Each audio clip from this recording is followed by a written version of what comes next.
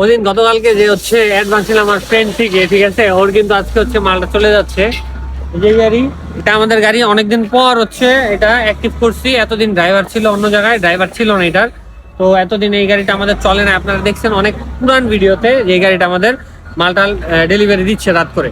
তো বন্ধুর জন্য এই যে সিলেকশন লালবালিটা, ঠিক আছে, দেখেন র্যান্ডমলি মাল নিলাম, ঠিক আছে।